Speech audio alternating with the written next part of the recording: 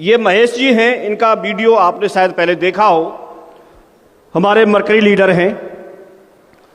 इनकी मदर एक बार ये गुजरात में मीटिंग कर रहे थे और वहाँ पर इनके पास फ़ोन आता है कि मदर की तबीयत बहुत ज़्यादा ख़राब हो गई, तो क्योंकि इनको आने में टाइम लगेगा, इन्होंने भाइयों को बोला कि आप हॉस्पिटल लेके जाइए।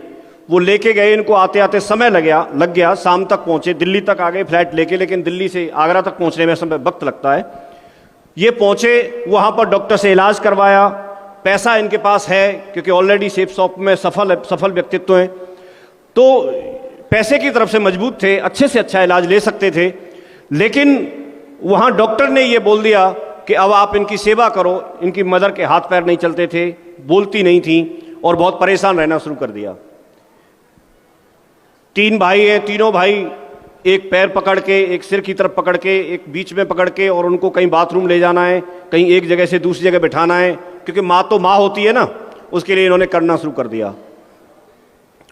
बहुत परेशान हो गए, लेकिन क्योंकि एक समय तक तो व्यक्ति करता है, उसके बाद तो परेशानी तो होती है कि नहीं होती है।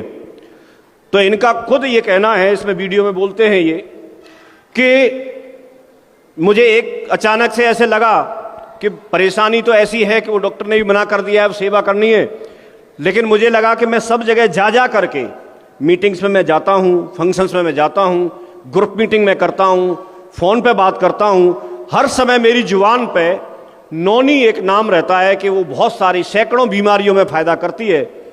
और वो सैकड़ों बीमारियां कौन सी है मुझे तो खुद नाम नहीं पता। क्या पता जो मेरी मदर को परेशानी है वो भी उन सैकड़ों बीमारी में से एक बीमारी हो। तो जब कहीं से सारी जगह से थक गए तो उनको लगने लगा कि एक बार नौनी क्यों ना मैं ट्राई कर लूं, और उन्होंने नौनी ट्राई किया, मदर को पिलाना शुरू किया, और कुछ दिन के बाद पता चला कि उनकी मदर ने आवाज़ लगाई, रोटी है, रोटी है क्या। उनको बड़ा आश्चर्य हुआ क्योंकि वो तो बोलती नहीं थी।